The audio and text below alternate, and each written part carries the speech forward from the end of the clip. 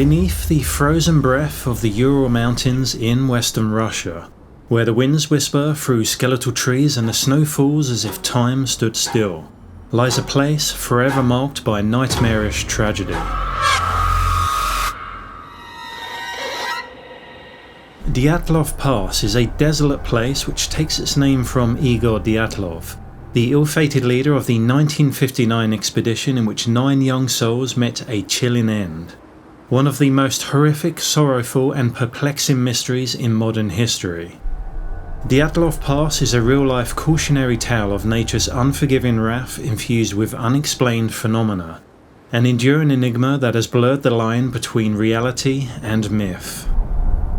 In summary, 9 young hikers who set out deep into Russia's Ural Mountains were abruptly awakened one night by something or someone.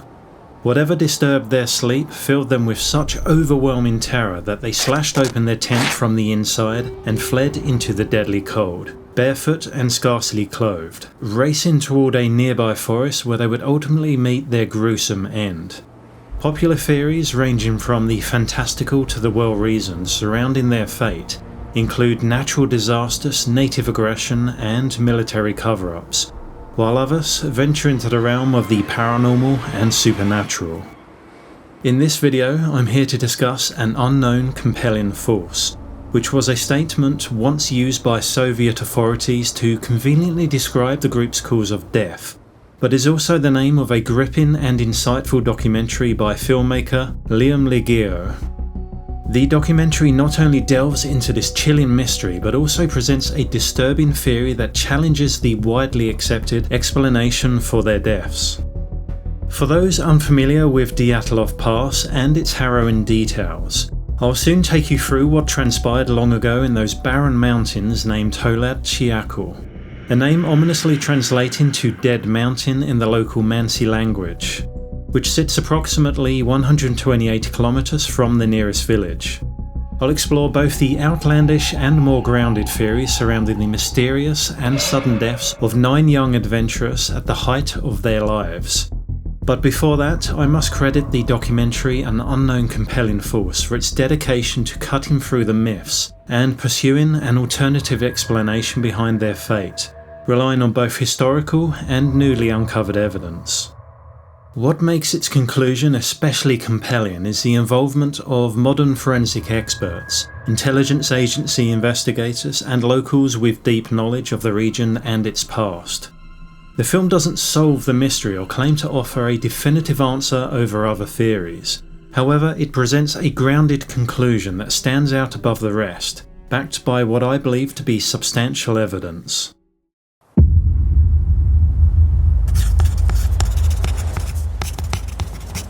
Allow me to briefly recount the recorded events leading up to February the 1st and 2nd in 1959, when tragedy befell that bitterly cold pass.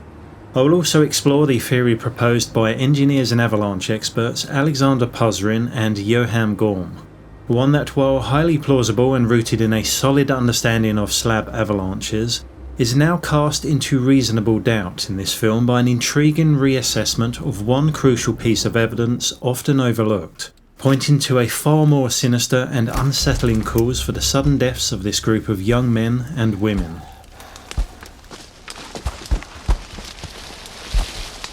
Their journey began on January the 23rd, 1959.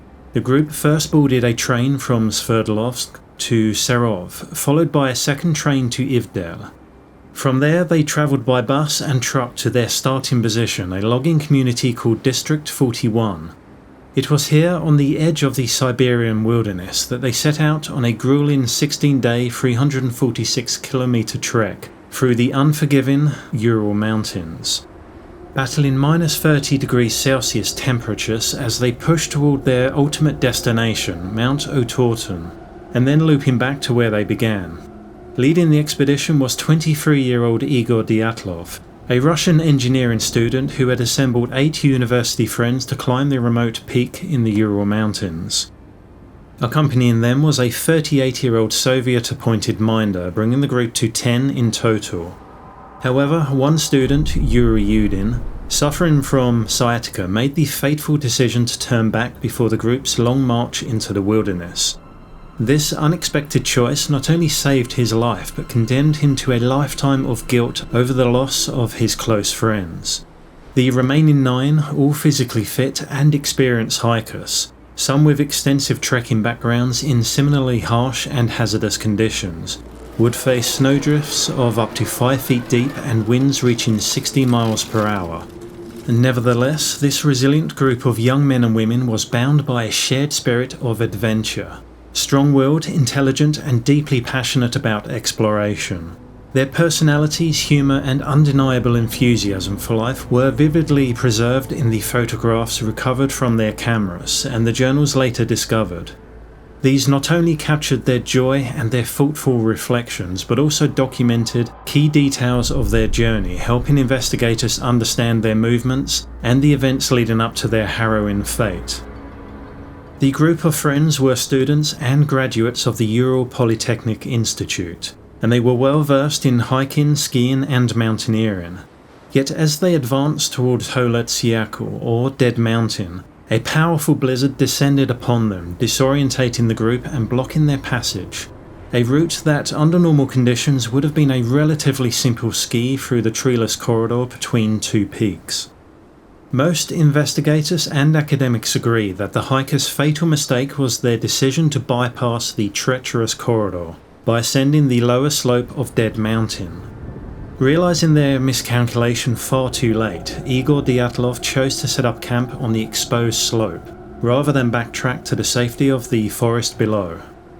To shelter themselves before nightfall, they dug 4 feet into the snow, creating a hollow where they pitched their communal tent. As they unknowingly ate their final meal and recorded their last journal entries, believing they were to be safe, they hunkered down to rest, unaware of the horror that awaited them that very night on February the 1st.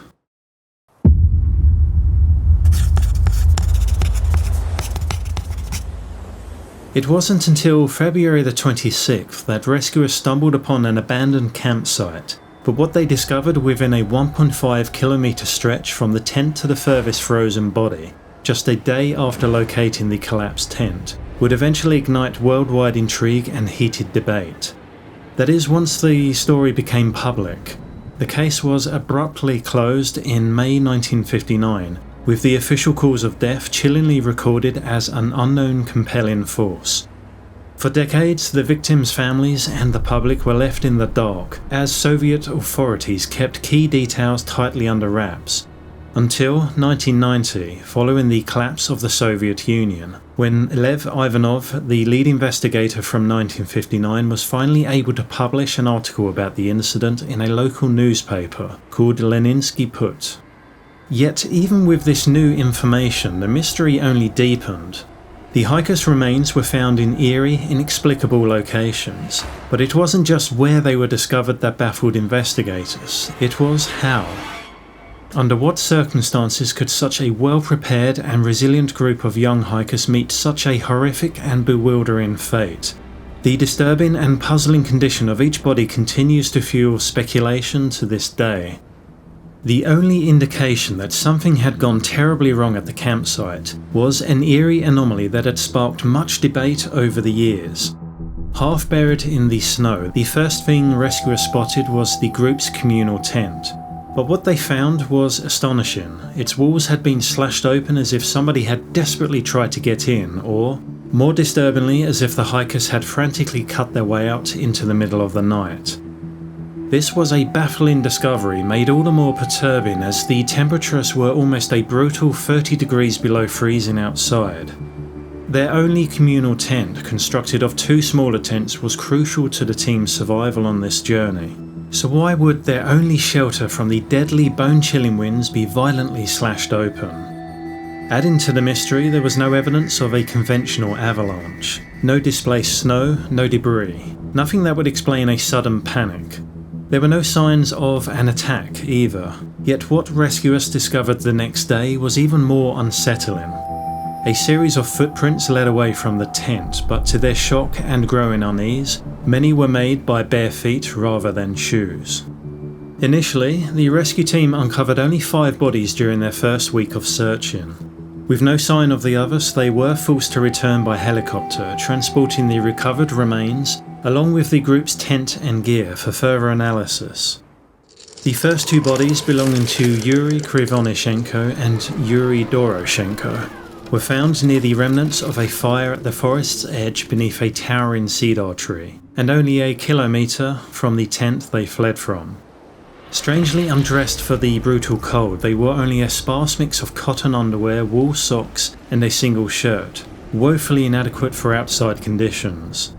Disturbingly, patches of scorched skin indicating burns were found on both men, suggesting that in their desperate struggle for warmth, they had ventured too close to the flames of their hastily made fire. Both men bore numerous minor injuries, bruises, abrasions, and most disturbingly one appeared to have bitten off a part of his own knuckle, perhaps experiencing a tremendous amount of shock and confusion in his last moments. Under normal circumstances, such a gruesome scene and the physical trauma subjected to their bodies might suggest foul play. Yet no weapons were ever found, not even the finish knife that was hastily used to cut cedar branches for the emergency fire. Adding to the uncertainty was the way their bodies were positioned. One lay facing up, the other face down, and a blanket had been carefully placed over them, suggesting that despite the chaos and terror of whatever happened that night, somebody had shown them a final act of compassion, arranging them in what appeared to be a makeshift burial. Later that day, on February the 27th, the bodies of Igor Dyatlov and Zinaida Kolmogorov were found partially buried beneath the snow, lying within the almost 1 mile stretch between the cedar trees and the shredded tent.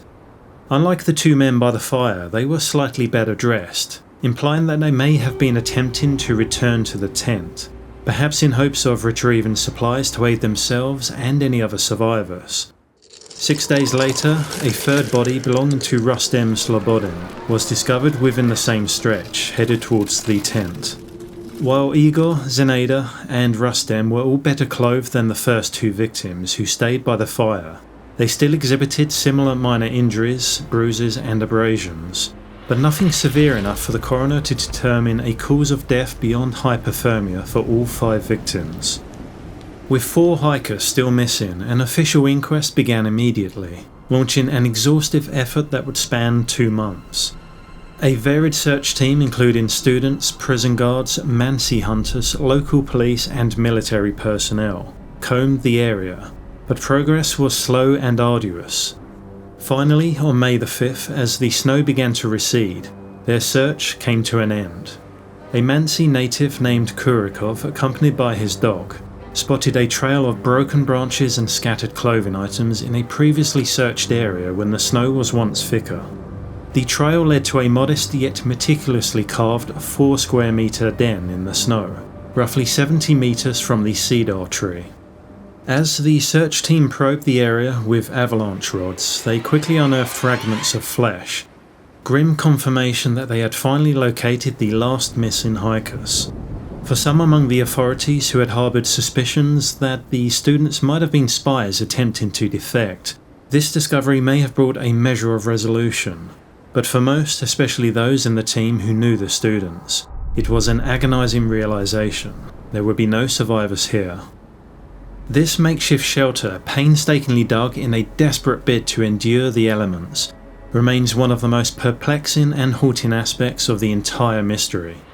This discovery debunks the idea that paradoxical undressing, a symptom of severe hypothermia, played any role in their fate. In extreme cold, and as a last attempt effort to keep warm, the body sometimes experiences a false sensation of overheating as it shuts down, causing victims to strip off their clothing irrationally. However, the fact that these individuals went to great lengths to survive, carefully constructing a snow den for shelter, proves they remained rational and clear-headed in their final desperate hours. Furthermore, many of the victims found near the den were wearing a mix of garments from different members of the group. This strongly suggests that rather than stripping down in confusion, they may have initially fled the tent with minimal clothing like the others, and later repurposed the clothing of those who had already perished in a desperate attempt to survive the relentless cold. Given the group's clear awareness of their immediate danger and their resourcefulness in gathering cedar branches to insulate the den's floor, minimalising contact with the freezing ground, as well as their efforts to collect additional clothing, one question remains. Why were the last 4 hikers, who had seemingly done everything correctly and within their power to survive in those mountains, found just a few feet away from their improvised shelter, deep within the ravine, not far away from their newly made den?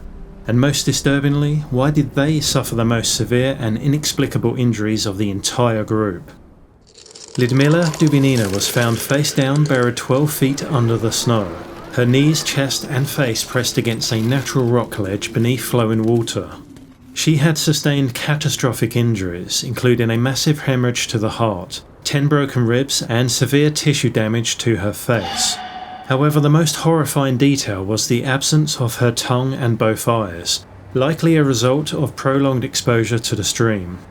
Despite the extent of her wounds, her autopsy suspiciously was the least thorough of all 9 victims, an unsettling oversight given the severity of her condition. Nearby, the bodies of Semyon Zolotaryov and Alexander Kolevatov were discovered locked in a hauntingly chilling embrace, positioned breast to back as if desperately trying to preserve warmth from one another. Both were relatively well insulated, making hypothermia an unlikely cause of death, especially considering the additional shelter and warmth their den would have provided. However, their injuries followed a disturbingly similar pattern, suggesting a shared cause behind their trauma.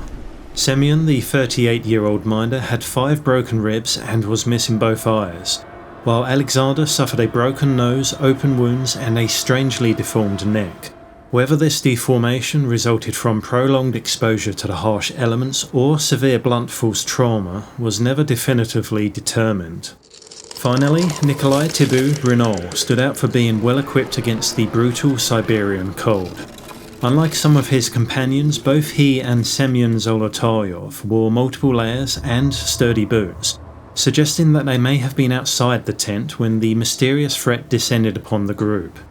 Nikolai's injuries, while different in location, aligned with the prevailing theory that at least some of the hikers were subjected to an immense crushing force. His most severe wound, a massive skull fracture, was consistent with the kind of trauma seen in high-speed automobile accidents.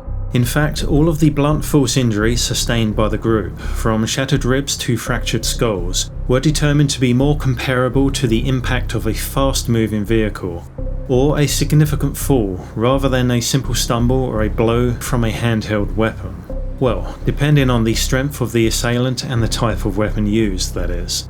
Notably, the absence of corresponding soft tissue damage made it highly unlikely that Nikolai's head injury resulted from a direct strike or collision with a rock, or perhaps a similar object, deepening the mystery surrounding what or who inflicted such devastating force.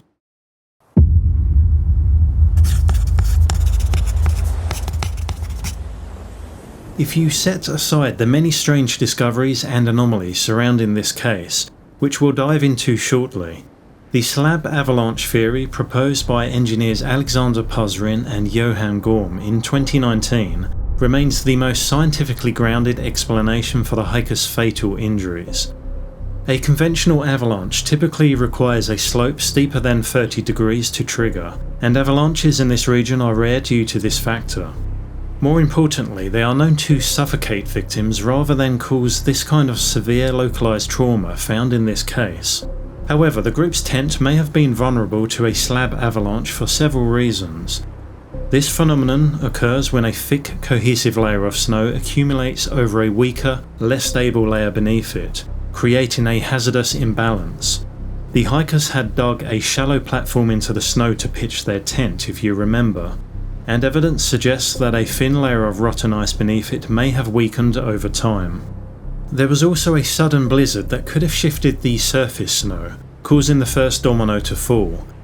Common in mountainous regions, katabatic winds, cold, dense air flowing downhill due to gravity, may have rapidly deposited additional snow onto the slope above the hiker's tent. The wind force could have compacted the upper snow layers while leaving weaker layers beneath, creating unstable conditions for a slab avalanche. A sudden shift in wind intensity or direction might have triggered the snowpack's collapse. Suppose it suddenly gave way during the night. In that case, the upper layer of snow extending the slope could have collapsed in an instant, exerting immense pressure, potentially up to and over 1,000 pounds of crushing force on those inside, leading to devastating but highly localized injuries. This event could have lasted mere seconds and might have left little evidence of its destruction, explaining why no significant avalanche debris has ever been found at the site. Although the slab avalanche theory is now the official explanation for the Dyatlov Pass incident, several inconsistencies still remain. If a sudden and powerful snow collapse buried the group as they slept, why was the tent later found partially standing and still visible beneath the snow? Even their ski poles thrust into the ground were left perfectly upright by the tent cornice. Although hard to detect, according to the search team, there was absolutely zero evidence of a slab avalanche impact observed by helicopter or from the ground. Even the students' footprints remained intact. Strangely, the students' belongings did not suffer the same crushing fate as the hikers, almost as if the avalanche had selectively spared their equipment. Besides, the slope they camped on only measured 28 degrees, slightly below the usual threshold for an avalanche. Moreover, the original investigation determined that at least 2 group members were almost fully clothed and wearing boots at the time of the event, suggesting they were outside the tent when disaster struck. Strangely, these same individuals suffered the most catastrophic injuries, raising a deeply troubling question. If they were not inside the tent when the snow supposedly collapsed, perhaps on a crucial mission to urinate in favour of the wind, how did they sustain such massive trauma? One unsettling thought lingers. Even if a slab avalanche had struck, why would the entire group flee to such a vast distance during a blizzard at night? Slab avalanches are dangerously fast but short-lived, and with no apparent lingering threat, wouldn't it have made more sense to return for their gear rather than run over a kilometre into the freezing wilderness, wearing very little protection?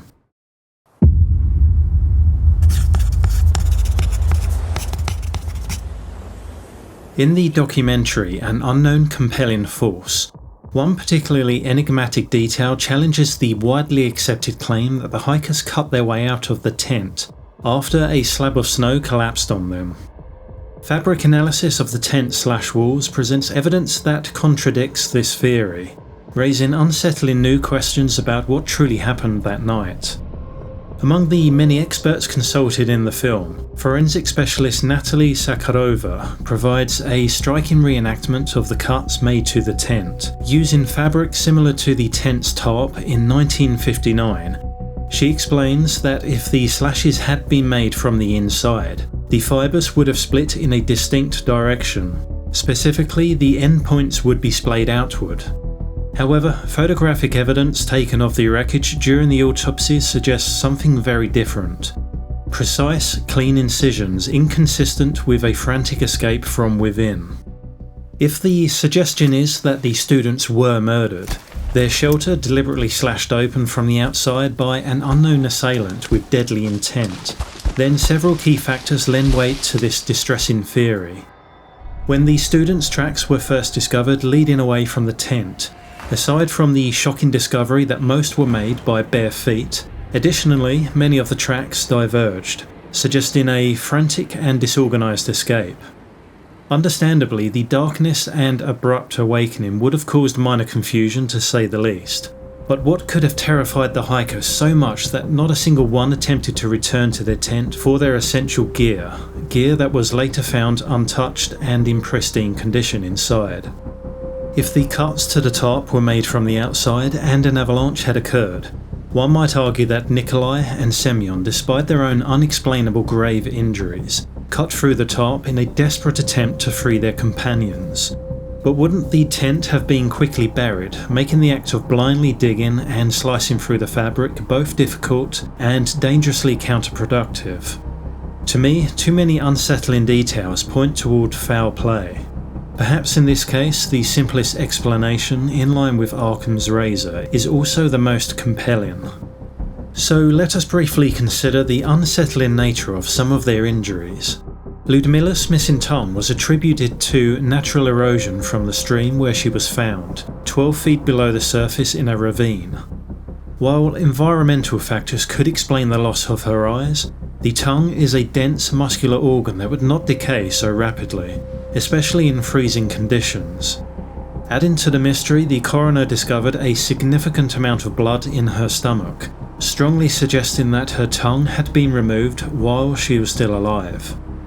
Every member of the group bore bruises and abrasions, but Igor in particular had deep bruising around his wrists and ankles, highly indicative of someone who may have been restrained or tied up.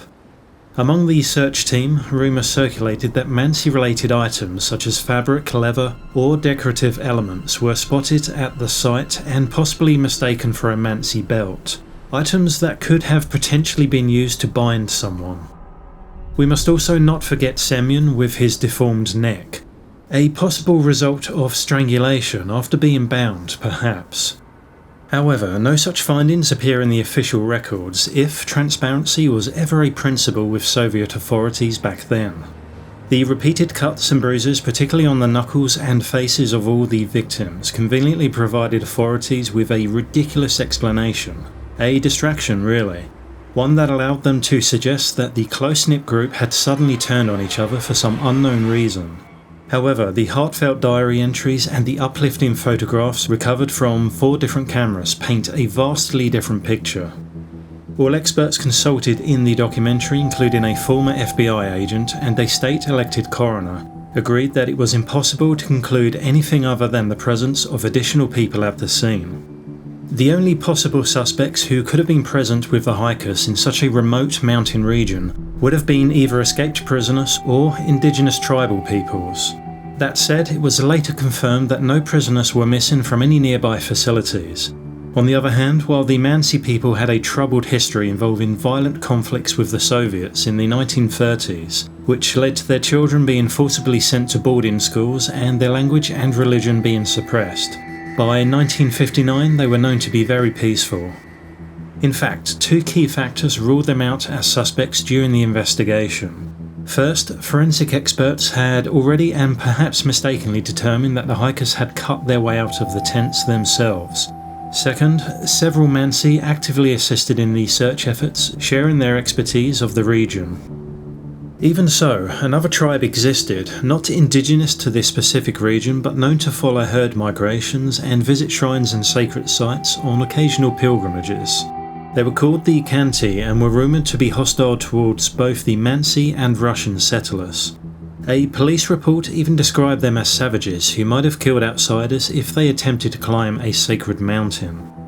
It is now known that the region contains several shrines and sacred sites of great significance to the native peoples, some of which these students would have passed on their way to their final destination, the sacred mountain Otorten, meaning mountain with swirling winds in Mansi. Evidence of tree carvings, tomb structures and remarkable rock formations, all holding cultural and spiritual value, were scattered across the landscape. It is possible that the hikers, unaware of local customs, inadvertently caused great offence, whether by moving an object or simply by entering a forbidden area such as the sacred cave they were thought to have visited. Curiously, when Semyon's body was uncovered near the den, he was found clutching a notepad and pen, raising the question, what was he so desperate to write in his final moments?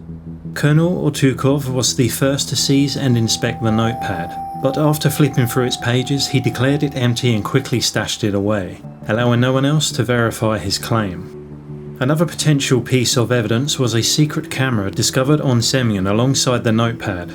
This came as a shock to the search team, as it was believed the group only had 4 cameras. Unfortunately, the film was so badly damaged by moisture to reveal anything that might shed light on their fate. However, the desire to know what compelled Semyon to capture desperate records in his last agonising moments has been a question for the ages. Looking back at how the search was conducted, one individual who raised considerable suspicion was Pashin, a local forestry worker friendly with the Mansi people. In his testimony, he claimed that he and the initial search team were dropped off by helicopter on the 23rd, However, the next day, he and his friend Cheklakov split from the group and, incredibly, discovered the hiker's tent 2 days before it was officially located. Strangely, both men stated that they never looked inside the tent for survivors, and failed to report their discovery immediately. When the helicopter finally spotted the tent and the search team moved in to investigate, Pashin refused to accompany them, an unusual decision that should have raised serious questions. What did he learn upon finding the tent? Did he take anything as evidence? And who, if anyone, was he protecting?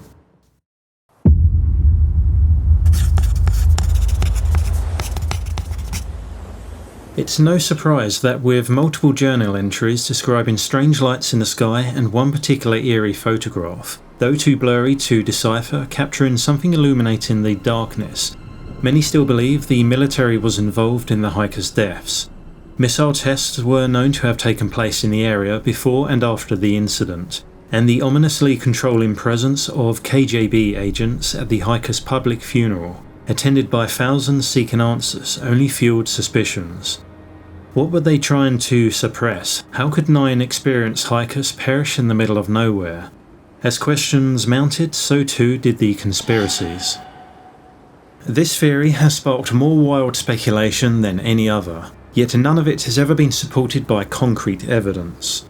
Whether it's the belief that concussive shockwaves from rockets triggered a slab avalanche, or that military experiments caused extreme disorientation, explaining why the hikers wandered naked into the freezing night to their deaths. While many of these claims seem like desperate attempts to justify the authorities' secrecy surrounding the case, one detail, at least for a while, remained intriguing. Elevated radiation levels were detected on certain clothing items.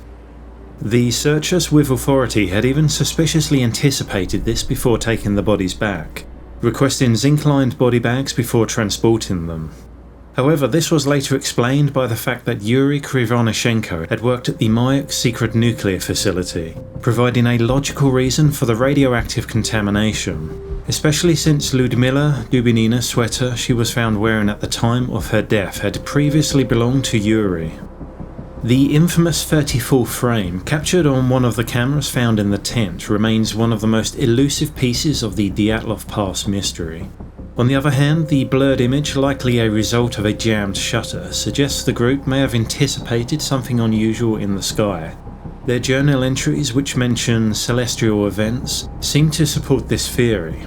Yet whether this photograph captured something as mundane as a distant torchlight from another hiker, or a definitive clue that could have revealed their killer, the truth is forever lost to time. Some folks will swear that aliens were responsible for their deaths, but let's keep our feet firmly on the ground for this one. It's also worth noting that a friend of the students, who hiked in the same region just weeks after the incident, reported witnessing a similar celestial event to the one described in their journals, lending further credibility to the theory of Russian missile testing. Yet oddly enough, Russian authorities to this very day maintain their original stance, insisting that no such tests were conducted in the area during that time. Other outlandish theories surrounding the hikers' deaths include the idea that hostile tribespeople gave them toxic moonshine, triggering psychedelic hallucinations that drove them to flee into the night, stripping off their clothes in delirium. It doesn't explain the extent of their injuries, but it's hard to rationalize what could have driven them to such a mad decision. But perhaps the most infamous, and everybody's personal favourite, yes, you are allowed to roll your eyes, is the Yeti theory, which sparked quite a stir in 1990 once the investigation files were finally released. One particular photo encouraged the idea and continued to fuel speculation about the existence of such a creature. However, for those eager to believe, I would suggest a closer look at the group's entire collection of photographs, which reveals a common theme. They clearly enjoyed playing with myths and injecting humour, creativity and fun into their journey. Therefore, this is almost certainly one of the students playfully posing for the camera, with the blur suggesting it was taken in a hurry. Even so, an eerie sense of foreboding is woven into these joyful images, knowing the tragedy and sorrow that was soon to unfold. Although I lean toward the theory of an attack leading to murder, as it offers the most logical explanation for the gruesome and life-threatening injury sustained by many in the group, I remain open-minded about the true cause of the 9 hikers' deaths on the night of February the 1st, 1959. While the Slab Avalanche theory is plausible, it fails to account for the group's prolonged, frantic and disorganised actions in the aftermath. What fuels this mystery's deeply unsettling and conspiratorial nature is not just its sheer ambiguity, but the blatant stonewalling and suppression demonstrated by the authorities throughout the investigation, followed by 3 decades of silence. I firmly believe the coroners and lead investigators were never permitted to perform their duties to the fullest, nor were they allowed to present the truth to the public. The cryptic verdict in the official report, an unknown compelling force, seems less like an honest conclusion and more like a deliberate red herring, a calculated effort to distort the facts and bury this horrific tragedy from history. A dark stain on Russia's past, one that some were desperate to erase.